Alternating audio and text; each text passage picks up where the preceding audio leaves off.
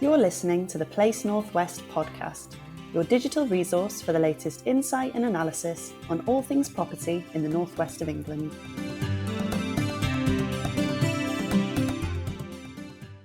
Manchester is a far better place to live now than it was 25 years ago. That is the voice of Sir Richard Leese, who is stepping down from his position as Manchester City Council leader after a quarter of a century. As you might have guessed, today's episode of the Place Northwest podcast is a little different. But before we get into that, my name is Julia Hatmaker, and I'm Place's deputy editor. And today, we're featuring parts of my one-on-one interview with Sir Richard Leese, recorded a few weeks before he officially stepped down. There are few people who can say that they've changed the course of Manchester's history, but that's what Sir Richard has done. Under his leadership, the population has grown by nearly 22%. The city's gross value per head nearly doubled, and the skyline has been transformed to include epic skyscrapers. But Sir Richard isn't really focused on past stats. I don't spend much of my time looking back, really. I spend time looking forwards. Still, Sir Richard took time to walk me through some of the key moments of his time as City Council leader, including the IRA bomb that destroyed part of the city centre in 1996, just 1 month after he became leader. I'm curious specifically about what you think Manchester would look like if it had never happened. In many respects, it wouldn't look a lot different to the way it looks now. The journey that the city was on had started before 1996. The approach we were taking to the regeneration of the city had started before then, and I was part of that as deputy leader and chairing the finance committee. So it had started before then. I think what's significant about the bomb, which the bomb's a horrific event. So the idea that in any way that the bomb was a good thing for Manchester is just nonsense. It's ridiculous. You know, there are still people. There are over 200 people injured. Some of them seriously. Nobody killed. There are still people traumatised by that event. 25 years later. So the idea that there was anything good about it is just wrong. Completely wrong. I think what was special about Manchester was that, first of all, when it did happen, we were very quick to see opportunities, and particularly the opportunity to correct some of the planning mistakes of the 60s and 70s within the city centre as we rebuilt. I think another thing we did, and we did this, I think, actually very intuitively, and I only learnt the theory about it quite a long time after. Actually, I learnt the theory in Christchurch when, along with a whole range of other people, was providing some support to them for post-earthquake recovery. And it's this, and we're seeing it in COVID now actually, is that by and large, it doesn't matter whether it's COVID or a bomb or an earthquake or a hurricane or a flood or a bushfire, that whenever that happens, wherever it is, people will always say, people like me, we're going to build back better. Always. There is probably not a single case where they haven't said, maybe not using those exact words, but they say that.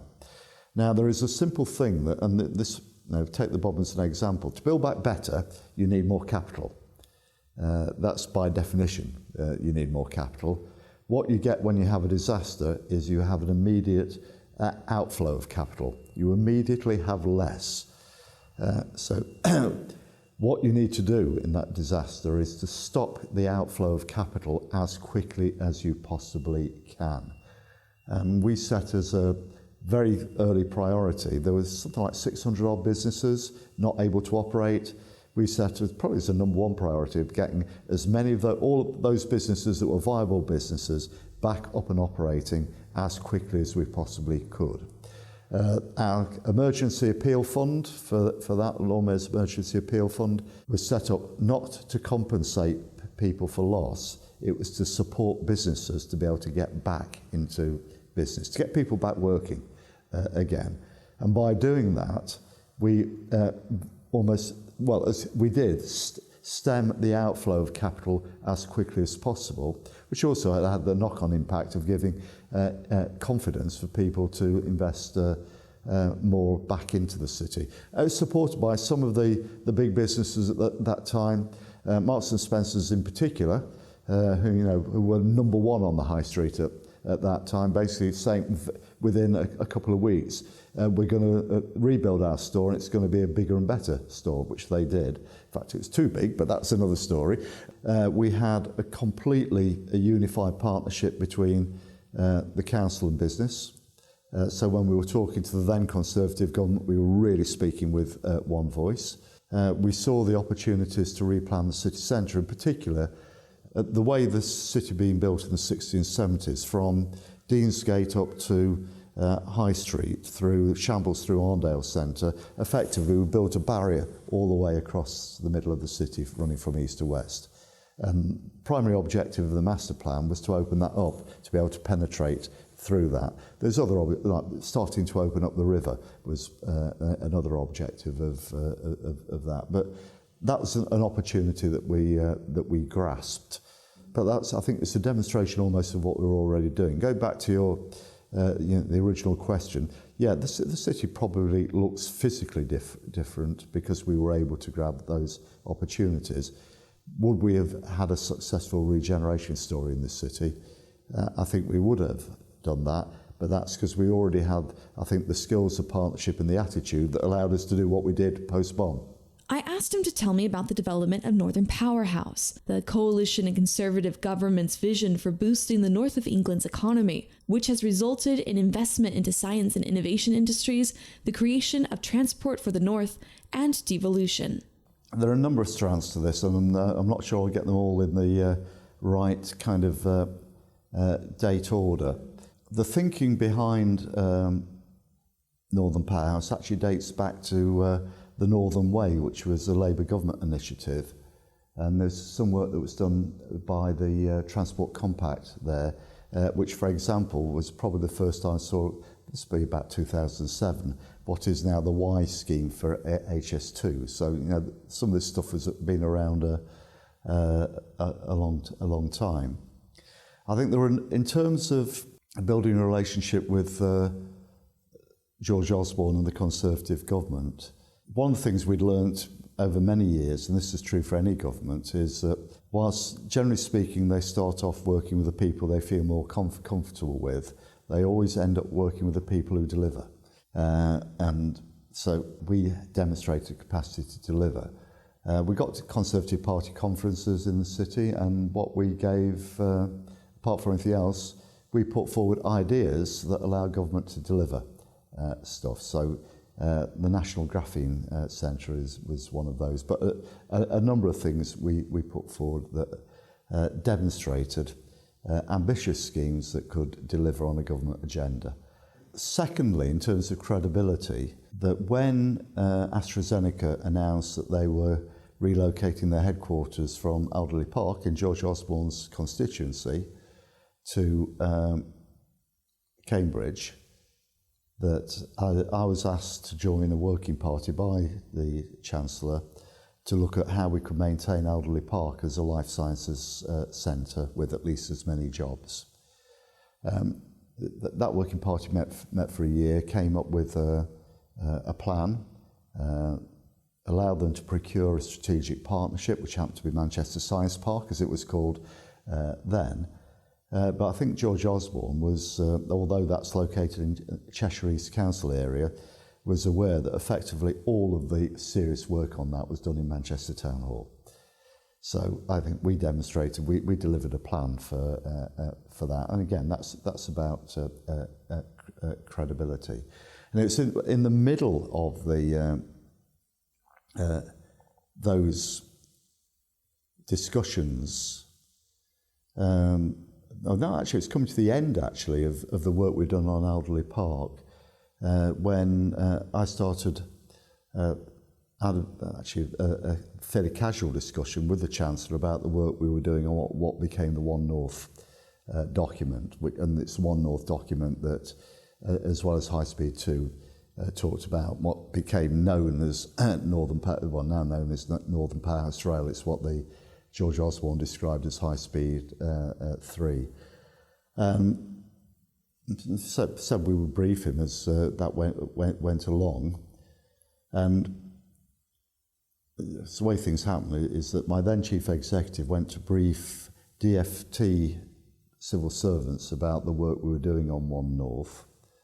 There was a Treasury civil servant in the room who thought, well, and took it back into the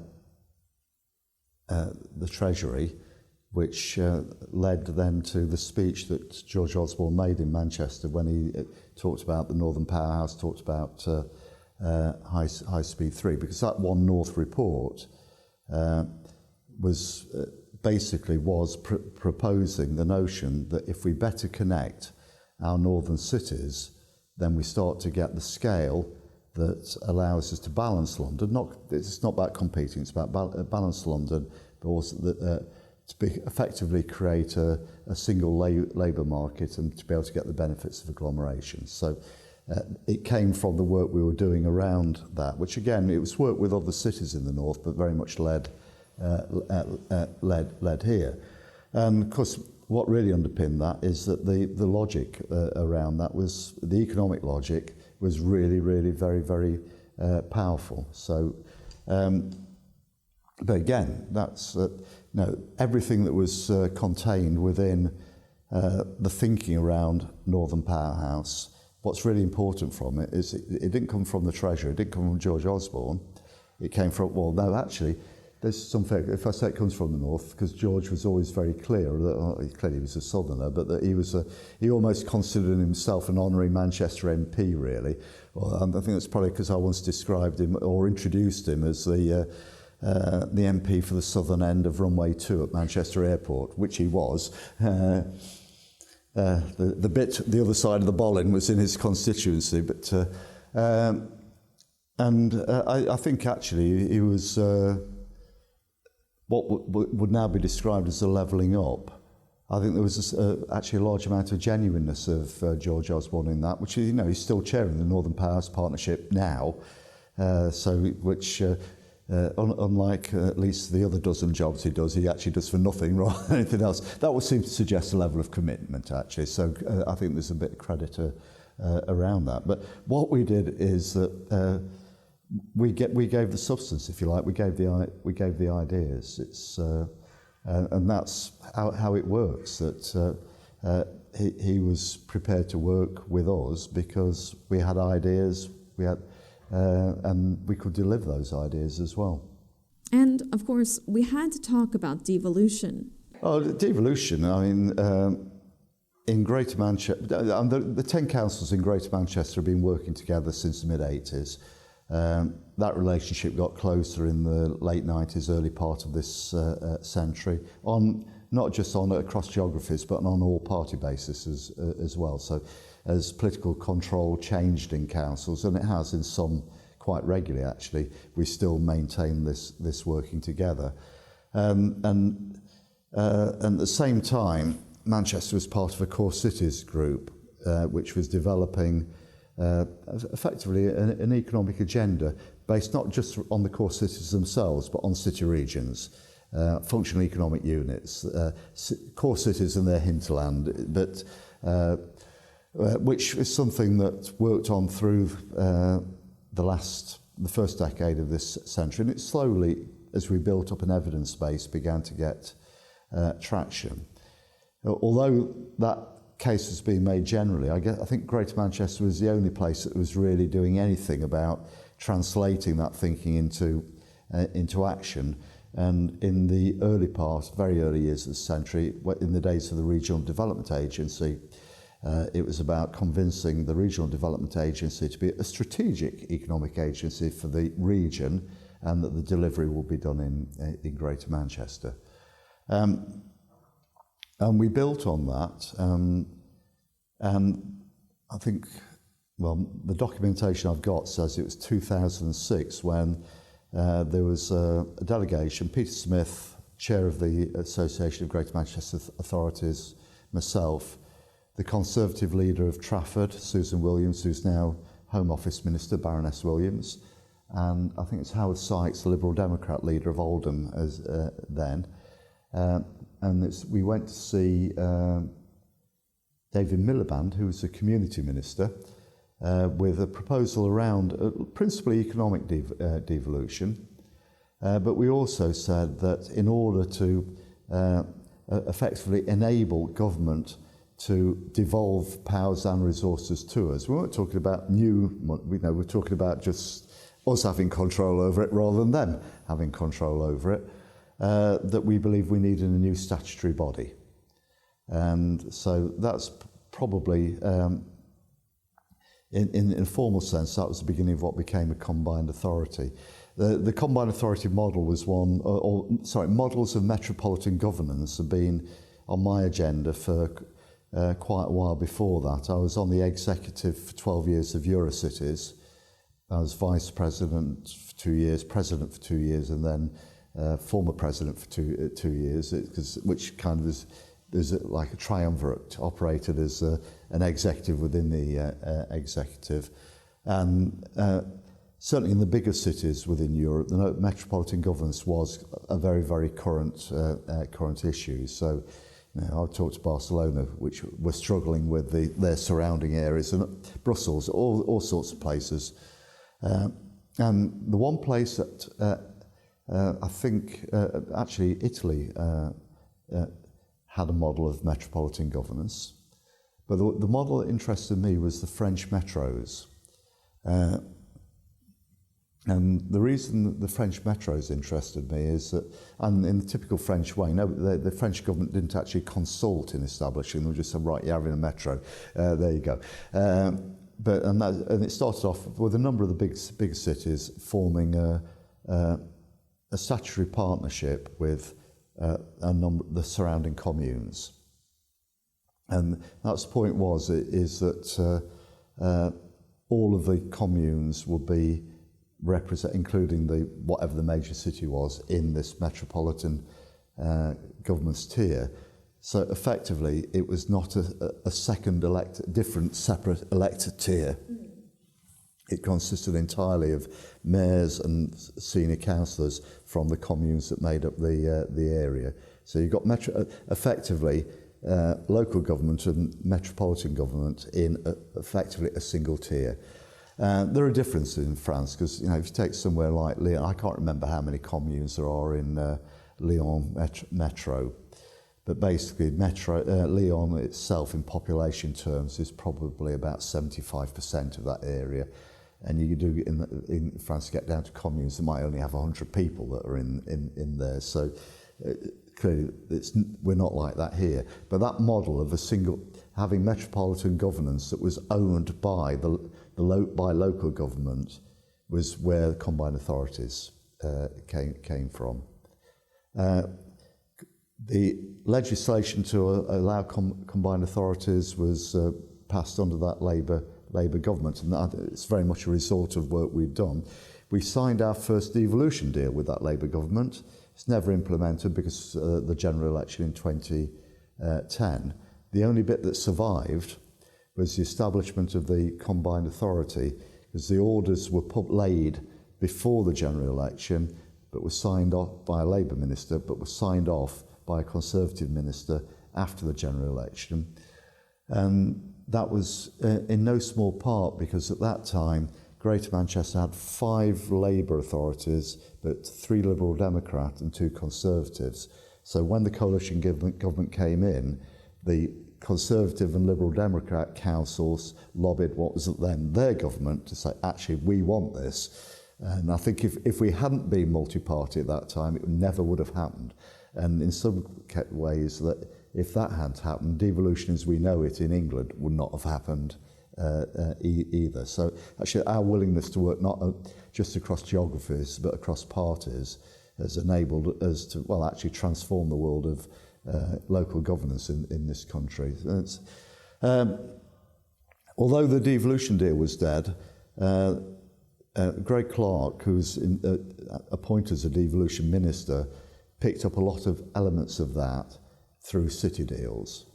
And in conversations with Greg, he was quite honest, is that the reason he didn't pick it all up is that he couldn't convince his ministerial colleagues to go down devolution whole hog, so he was doing it on a bit by bit basis. But that sort of started on the journey. But probably this would be in about 2013. It came through Core Cities, proposed commissioning a piece of work to look at city growth. Persuaded the Local Government Association to co-fund it and the RSA to host it, and that led to the City Growth Commission, which was chaired by Jim O'Neill.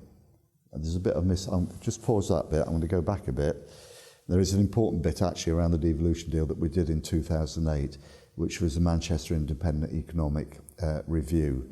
And that was fundamental in all sorts of ways, but one of the ways it's fundamental is that the economic ministries in government, on the back of that, stopped arguing with us about the evidence, and it became a discussion about what we did about the evidence. Having that really robust, independent piece of work, and it was very independent, by the way, allowed us to have a very different discussion. Why I was reminded of it is that the steering group for that work was also chaired by Jim O'Neill, who chaired the City Growth Commission. And it was the City Growth Commission's work, alongside the work we'd done through One North, that attracted both George Osborne and David Cameron's attention, and persuaded George Osborne in particular. One element of that speech he made in Manchester, that he wanted everywhere to have a London-style mayor, convinced him of the need for effective metropolitan governance as a driver of growth. So, I was going to say, it strikes me though, in the French system there was no mayor, and now we have a mayor, and you're mentioning London. Well, no, the combined authority didn't until it came into being in 2011. We didn't have a mayor until 2017. I'll get to the mayor. The French system is that they will have somebody who, for the metro, is the president, but that will be one of the mayors that they elect as the president of the. I say this was an adaptation of the French system. It was not a perfect replica, because the French system's different, but that was, if you like, the inspiration for the model. George Osborne said he wanted to have London-style mayors. He wanted to do a devolution deal. There were probably two elements that were vitally important with it, as far as we were concerned. Three, actually, about that. Skills was one. Bus reform was the second. The ability, public service reform was the third, and that was really where the health and care integration part of it came from. And basically, George Osborne's price for that was to have a mayor. What the discussion I had to have with George was to explain why, okay, we'll have a mayor, but we don't want a London-style mayor. We want a Manchester-style mayor, which is actually what we've got.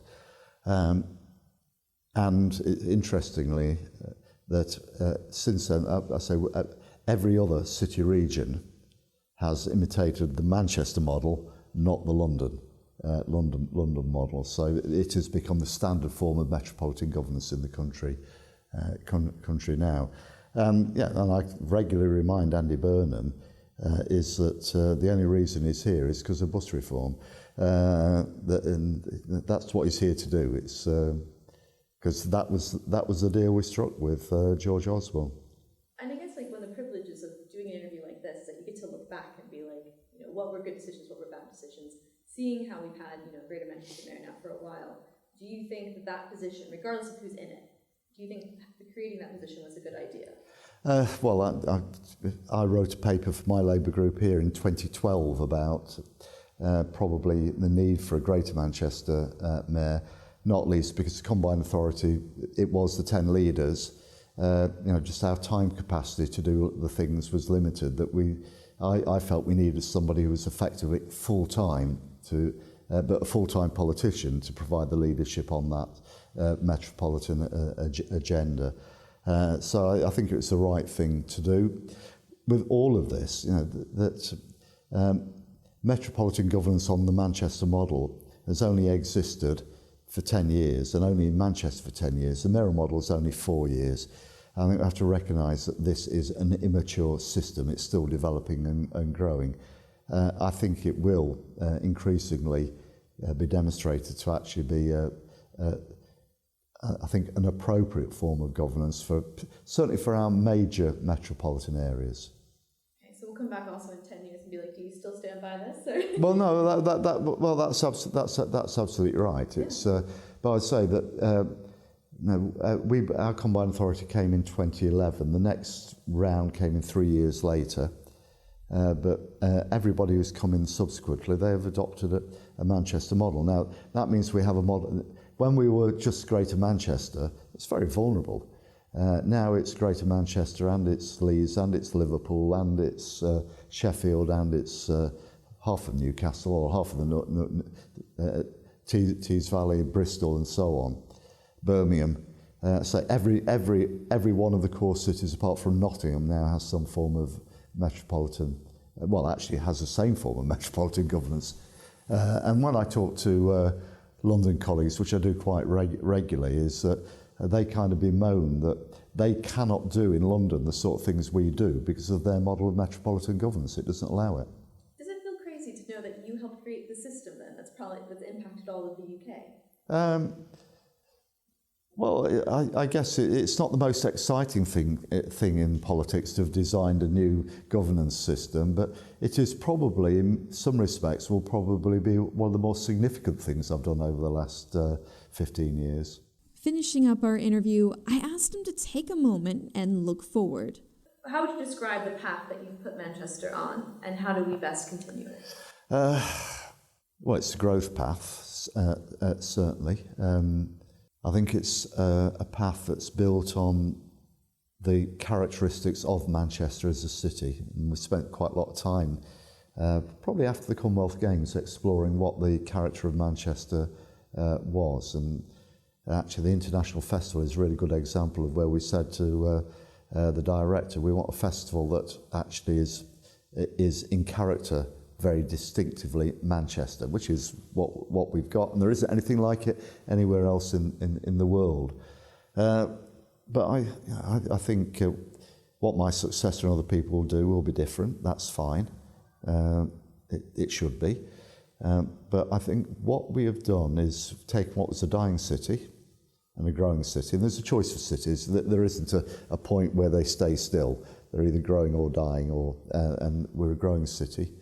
But it's a city that in the 80s had basically had the stuffing knocked out of it. And if you look at the history of Manchester, particularly through the 19th and early 20th century, this was a place brimful of confidence, the belief it could do things. Mid-1980s, that had gone. I think what we've done in the intervening years, and probably if you're something, what's the biggest single achievement? It is, this is a city that's got its self-confidence back, it's got its attitude back, it believes it can do things. People in this city are proud of their city. And cities that believe they can do things, do things. That's what I expect to see in the future. This is a city, because it has that self-belief, because it has that self-confidence, that it has that attitude often confused with arrogance. It's not. It is definitely attitude, but Manc attitude is really important. This city will continue to do things because we've got that self-confidence. You can read more from our interview with Sir Richard Leese on placenorthwest.co.uk. We also have video clips from the interview on Place Northwest's YouTube channel. Thank you so much for listening to the Place Northwest podcast. Be sure to subscribe wherever you listen to podcasts so that you don't miss a single episode. And if you have time, please leave us a review on Apple Podcasts. It helps other people find the show. And with that, I'm Julia Hatmaker. Thanks for listening and have a wonderful day.